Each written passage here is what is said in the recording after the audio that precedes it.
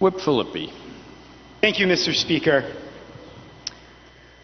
I'm just going to go through the list of some of the comments that were made. As to the right to counsel issue, I think what my colleague was saying was that in criminal prosecutions, you have a right to counsel where if you can't afford one, the state has to supply one to you. That would not exist in a civil restraining order proceeding. So when you go to the district court and you're poor and you have no money and you're about to have your Second Amendment rights stripped from you, you don't have the right to force the state to pay for your lawyer like you do in a criminal prosecution. I think that's the issue that he raised.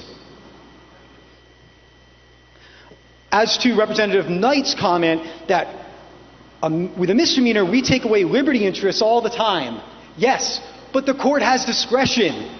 Those convictions, may be put in jail for 6 months, may be subject to a $1,000 fine. It's very different in this context to say, shall hand in your firearms. It's very different to take away judicial discretion. If some of those misdemeanor statutes said, shall go to jail for 6 months, all of us would have a problem in here because it's taking away judicial discretion. And as to the notion that you have a right to interact with someone when you're restrained, I agree. The court should keep you away from someone who doesn't want to talk to you. I don't believe you have a fundamental right to interact with a third party, but you do have a fundamental right, a personal right, to keep and bear arms. I think it's a very important distinction when the court says, stay away from that person. It's very different than saying, hand over your firearms. Let me see.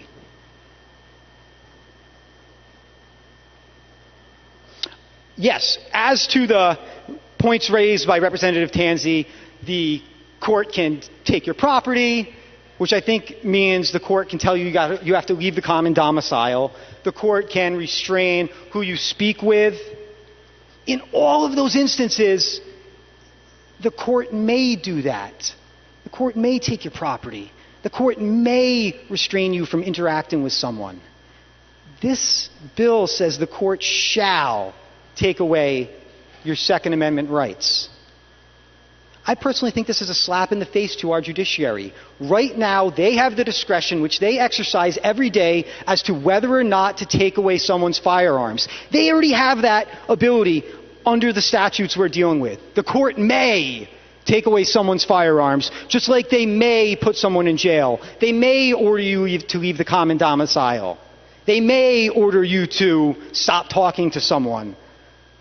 This is shall. And the fact that we don't see that it's an enormous problem to take away someone's rights and not give the court any discretion as to whether to do so or not, the fact that we're not recognizing that and we're conflating it with all of these other discretionary decisions on behalf of the judiciary, I think is dishonest. And I think it isn't dealing with the real issue here. Preponderance of the evidence shall take away someone's constitutional rights. Show me where else that happens. Not may, Representative Knight, shall. Show me where else that happens.